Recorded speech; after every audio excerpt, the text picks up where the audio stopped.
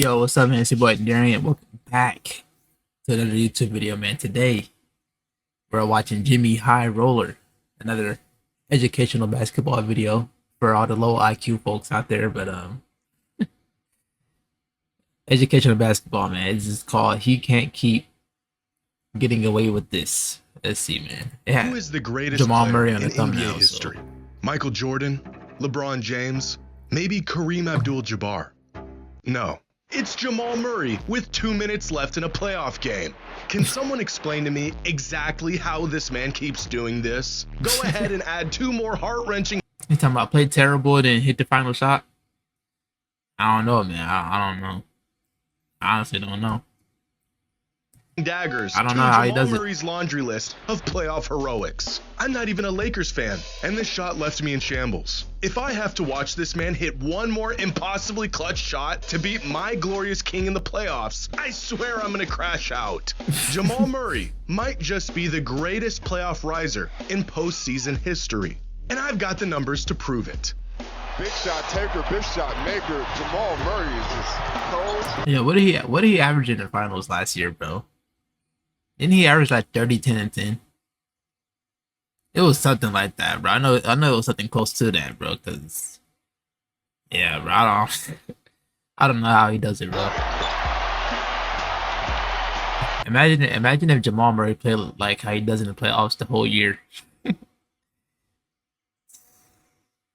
The Nuggets might get 70 wins. They might get 70 wins.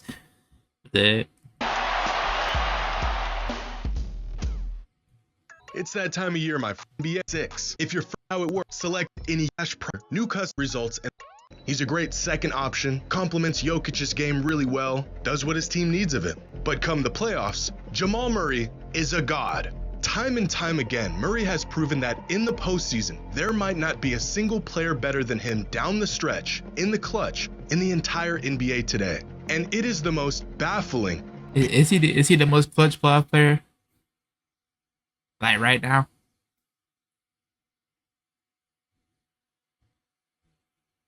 I'm gonna have to go with yes, bro. I'm gonna have to just go. Beautiful. Yeah. I'm gonna have to and say I can't think of nothing, so I guess had yeah. to watch. Jamal Murray's playoff career box plus minus ranks 43rd all time and 27th among all players post 2000. This makes him one of the greatest playoff performers the game has ever seen, ahead of players like Tatum, Kyrie, and Pau Gasol. Oh yeah, like the second person that came to my mind was Tatum, but yeah, I guess Tatum he better than Tatum in the playoffs. But his regular season career box plus minus ranks 250th all time.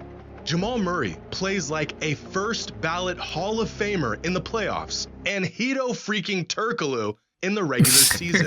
And that, my friends, is no exaggeration. According to Basketball Reference's box plus minus scale, Jamal Murray's career regular season BPM puts him at about the caliber of a decent starter to 6th man. His career playoff BPM puts him in between an all-star and an all-NBA level talent. The man has never even logged a minute in an all-star game. Now, usually in the playoffs, decent players see a dip in production. Good players have relatively steady numbers transitioning from the regular season to the playoffs, and great players elevate their game and do slightly better in the postseason. But not Jamal Murray. His numbers don't just get better, he becomes a whole different caliber of player. Because throughout his career, his production and efficiency jump significantly in the playoffs compared to the... What?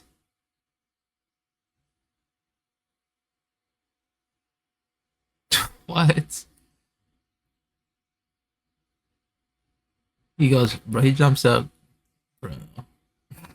The regular season. 3 more assists. Shouldn't even be possible. 2 more rebounds. rebounds. Are supposed to be more difficult, slower. The teams 7 who are more facing points. are better. 8 more but points. Where others fold under pressure, Jamal Murray way better shooting. Like, in fact, here's a graph of the top 50 scorers in NBA history according to their career points per game and the difference between their regular season scoring and their playoff scoring. There's 4 different quadrants here, and whatever quadrant a player falls in will give you a general idea of how well they score in the playoffs compared to the regular season.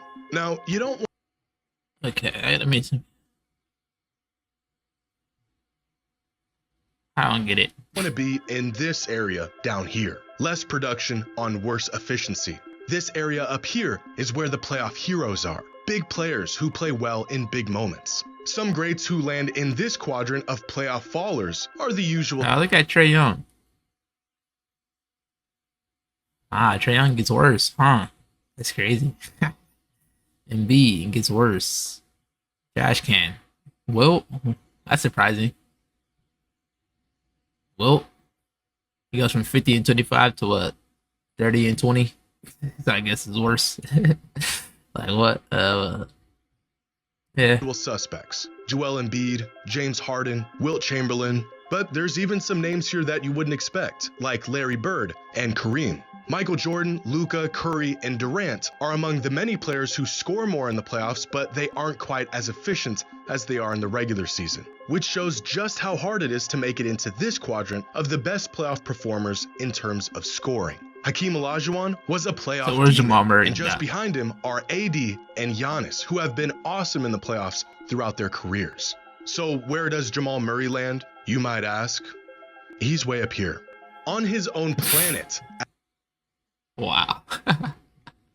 Where's Michael Jordan? He's right here. Imagine.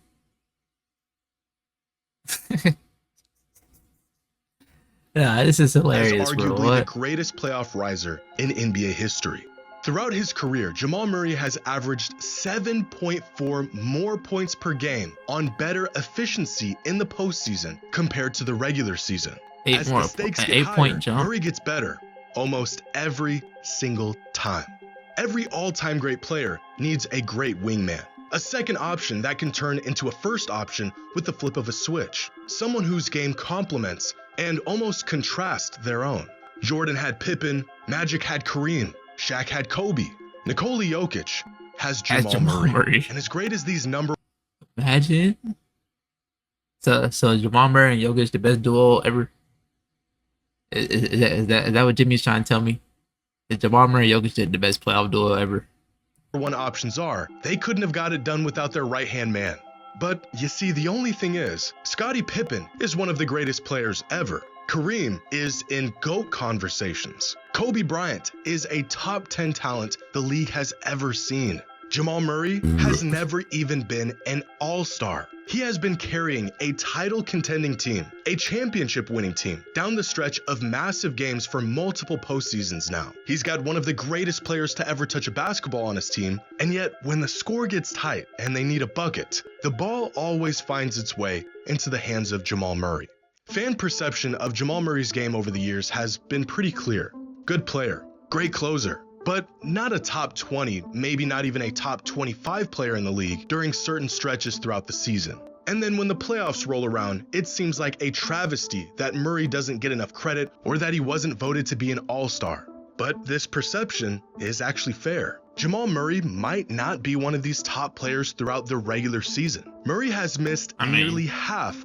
He's literally not, though. Jamal Murray's in the right spot where he's supposed to be in terms of rankings, but like when it turns to playoffs, that's all I was saying earlier. Like if he played how he does in playoffs the whole season, just imagine like they might put him on the MVP list. Like how good he is out during playoff time, like bro, he might get on the MVP list, especially with like how good the niggas record be and all that too. Like come on now. But yeah, I mean he's right where he's supposed to be, bro. In my opinion. Of all games over the last 5 seasons, he like top which 20. Probably has more to do with his 0 all-star nods than anything else, but even a healthy Jamal Murray falls behind many guards in his own conference throughout an 82-game schedule. Now, Murray's game is not favored as far as advanced metrics go. When evaluating Murray in the regular season, these metrics have him ranked somewhere around the 30th to 35th best player in the league in 2024, the 65th to 70th best player in 2023, and in his last healthy season up until that point in 2020, where he fell somewhere between the 70th and 80th best player in the league according to advanced metrics. But we know these numbers aren't a true reflection of Murray's game, because we've seen him in the playoffs, where his advanced metrics look like this, and his value skyrockets into a top 10 or top 12. He goes from a top 70 player to a top 10 player. player in the Okay. league throughout the postseason. And although his advanced metrics from this past season have him outside of the top 30 players in the league, I don't know if I can name even 10 players who I would rather have on my team ahead of Murray right now in the playoffs. Here is a chart of the top 40 scorers in the regular season throughout the NBA since 2019 among players who have played at least 10 playoff games. Jamal Murray is down here in 38th place. A good scorer, but far from the best in the regular season. And now here are those same players and their scoring averages in the postseason over that same time span, where Jamal Murray jumps from the 38th highest scorer in the league to the 16th highest scorer in the playoffs. But let's take this even further, because here are those same players and how many points they score on average in the fourth quarter of playoff games, where Jamal Murray is ahead of I don't know. I guess he's just that clutch. He's every other player in the league It's over crazy. the last 6 seasons. Jamal I'm a Murray loss is for words. not only the most elite He's probably he the best. He's the best player of all time. Is it true? He's probably the best player of all time. fourth quarter scorer in the playoffs over the last half decade, he is nearly the most efficient fourth quarter scorer in the playoffs outside of big men. This is the kind of production you see from MVP caliber players, all-time greats at their peak, not a player who is the second option on his own team. Even after his historic run in last year's finals, Jamal Murray was floating around a top 20, top 30 player in the league this season. Some media outlets didn't even have him in their top 30, and it might be justified, because Jamal Murray is always good they're all in better. the regular season. But it's not until So when you get here, it's nah. I mean, Laurie, is he better than? Like who would you rather have on your team? the postseason, He's better than Scotty Barnes. He's better than Laurie. He's better than Paulo. That's what I'm saying. Like this is probably around his range right here. I don't know why Steph Curry's at 19, but where he becomes that list is terrible. Of all the mainstream rankings this season, The Ringer had him about as high as you're gonna see, 18th, and their one-sentence description of him pretty much sums him up as a player. Cold-blooded champion who knows how to meet the moment. Now, Jamal Murray isn't the only player who has the ability to take his game to another level in the playoffs. Some players that come to mind when I think of playoff risers are Jimmy Butler, Kawhi Leonard, Luka Doncic. And so here's a chart of every single player that has logged at least 2,000 playoff minutes since the turn of the century. 107 players to be exact. And they're plotted on this graph based on 2 key metrics: the difference in their box plus minus from the regular season to the postseason on the y-axis, and the difference in their win shares per 48 from the regular season to the postseason on the x-axis. The further up a player is, the more productive he is in the postseason relative to the regular season. And the further look at my right boy a player Rondo. is, the more he is contributing to his team's wins in the postseason relative to the regular season. So similar to the scoring chart from earlier, being up here is really good.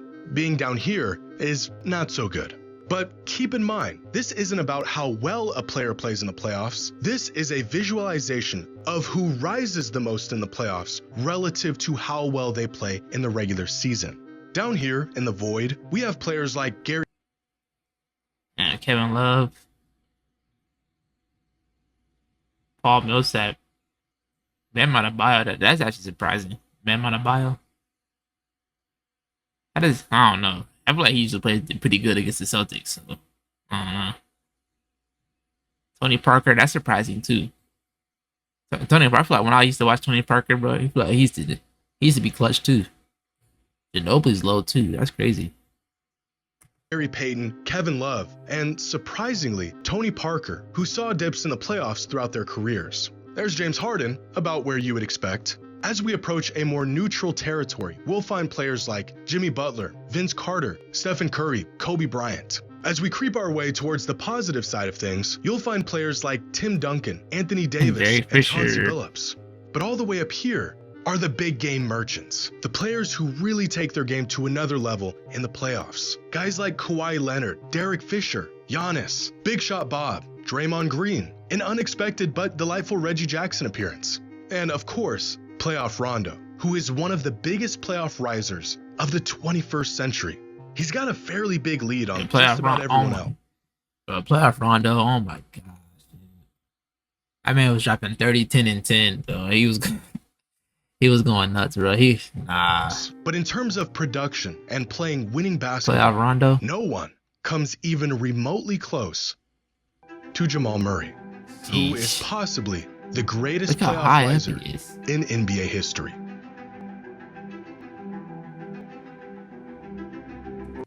Bro, he was off the screen. So this said that Jamal Murray is the best playoff player of all time, and I don't know, man. I'm not saying it. I'm not saying it. I'm just not gonna say that. After all those stats and all that shit, I'm not saying it. Don't care.